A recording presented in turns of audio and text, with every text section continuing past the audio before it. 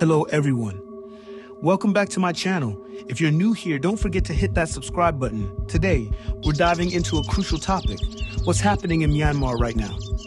This Southeast Asian nation has been in turmoil since the military coup in February 2021, and it's vital to stay informed. We'll explore the political landscape, the humanitarian crisis, international responses, and the role of media and activism. Let's break it all down. The political landscape in Myanmar has been drastically altered since the coup. The military, known as the Tatmadaw, overthrew the democratically elected government led by Aung San Suu Kyi, who had been a symbol of democracy in the country. Following the coup, protests erupted nationwide, with citizens taking to the streets to demand a return to democracy. These protests were met with brutal crackdowns, resulting in thousands of arrests and numerous casualties. The National Unity Government, NUGI, formed by ousted lawmakers, has been advocating for international recognition and support. They've declared a people's war against the military, urging citizens to resist. The situation is incredibly complex, with various ethnic armed groups also becoming involved in the conflict, further complicating the power dynamics. As if the political turmoil wasn't enough, Myanmar is facing a severe humanitarian crisis. The United Nations estimates that over 1.5 million people have been displaced due to ongoing violence, with many fleeing to neighboring countries or seeking refuge in remote areas.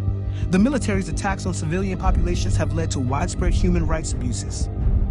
Access to basic necessities like food, healthcare, and education has been severely impacted.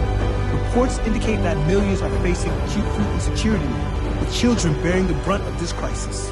Humanitarian organizations are struggling to provide aid, often facing military blockades and restrictions. While many NGOs are working tirelessly, the scale of need is overwhelming. Internationally, the response to the situation in Myanmar has been mixed. Some countries, particularly the United States and the European Union, have imposed targeted sanctions on military leaders and their businesses.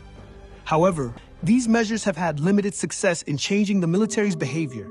On the other hand, some neighboring countries have been more cautious, with ASEAN attempting to mediate. They've proposed a 5-point consensus to restore peace, but the effectiveness of these efforts has been questioned.